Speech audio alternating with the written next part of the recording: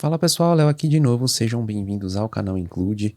E a ideia de gravar esse vídeo surgiu a partir de uma pergunta que foi feita num dos vídeos aqui do canal, mais em específico no vídeo sobre como acessar o Proteus através do Web App sem instalar o Smart Client.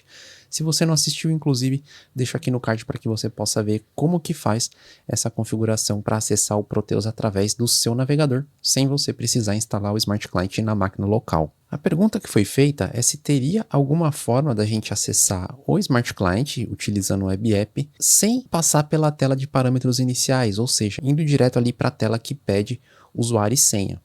Então, eu confesso que eu não sabia se tinha alguma maneira de fazer isso, mas achei a pergunta interessante. Acho que esse recurso pode ser bastante útil para facilitar ali o acesso ao sistema.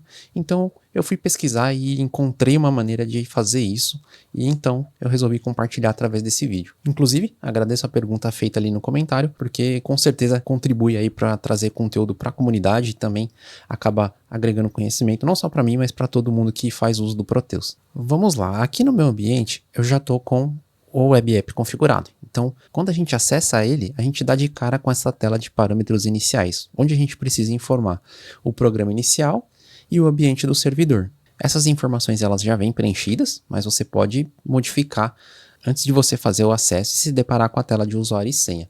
A ideia aqui é o quê? Ao invés da gente cair nessa tela aqui, a gente cairia diretamente nessa tela aqui, onde já pede usuário e senha.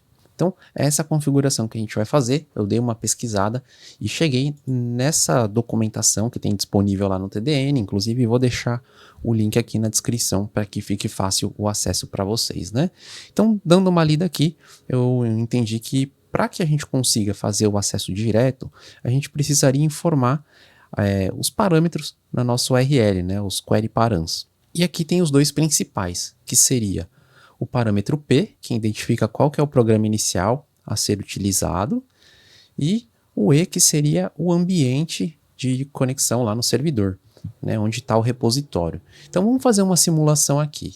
Eu vou pegar aqui a minha URL e a gente vai começar a informar os parâmetros. Então, para informar o parâmetro, a gente coloca uma interrogação no final da URL. Então eu vou colocar aqui o P, que seria o meu programa inicial. Então eu vou informar aqui o siga MDI.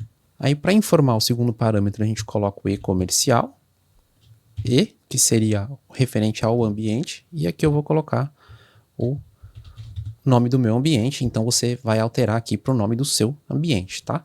Então, dando um Enter aqui, ele vai acessar direto na tela de login. Eu vou até repetir esse teste, fechando aqui a nossa aba, tá? Vou abrir uma aba nova. Vou colar aqui a mesma URL que a gente utilizou, vou dar um Enter e vocês vão ver que ele acessa direto na tela de usuário e senha. E aí aqui fazendo o login, a gente vai acessar direto o SIG-MDI. Então a gente acessou aqui o Proteus de forma direta, sem passar por aquela tela inicial. Vamos fazer um segundo teste aqui. Eu vou fechar aqui a nossa aba, tá? E olhando aqui na documentação, ele tem na verdade 4 parâmetros, né? A gente fez o uso de 2 aqui, que foi o do P, do programa inicial, e do E para apontar o ambiente. Esse parâmetro C identifica o nome da sessão de conexão com o servidor. Eu confesso que eu não entendi muito bem do que se trata. Então, para quem conhece, se puder compartilhar essa informação aí nos comentários, eu agradeço. Mas esse aqui eu confesso que eu não entendi exatamente qual que é a função dele. Mas esse parâmetro A aqui, ele permite com que a gente passe parâmetros na chamada desse programa inicial. Então pensa aqui no seguinte, né? Eu vou abrir aqui o VS Code só como exemplo. Eu criei aqui um programinha chamado inicial, né? Uma user function, e aqui eu tenho a passagem de 3 parâmetros. Aquele parâmetro A seria justamente a passagem dessas informações para a função que vai ser chamada ali como um programa inicial, tá? Então eu vou até fazer um teste aqui para a gente ver isso daqui simulando através do debug. Então vamos lá. Eu vou acessar aqui novamente, vou colar, usar minha colinha aqui. Então a gente vai utilizar no programa inicial o U_inicial, que é a nossa função que está aqui criada no nosso VS Code. vamos utilizar o ambiente. Percebam que aqui eu estou passando um outro nome de ambiente, que é o ambiente que eu utilizo aqui com as minhas customizações, com os meus testes. E aqui, depois do outro e-comercial, eu tenho o primeiro parâmetro, que a gente informa aqui através da letra A, igual ao conteúdo que ele vai receber. Se eu quiser passar um segundo parâmetro, eu repito aqui o e-comercial, repito novamente o parâmetro A igual e passo o conteúdo. E eu fiz aqui a mesma coisa com o terceiro parâmetro. Então eu passei um parâmetro em texto, um parâmetro em número e um parâmetro em data só para a gente ver o comportamento, tá? Então quando eu der o Enter aqui, a gente vai cair no debug e vamos ver como é que isso daí vai funcionar. Então em nosso debug temos o seguinte.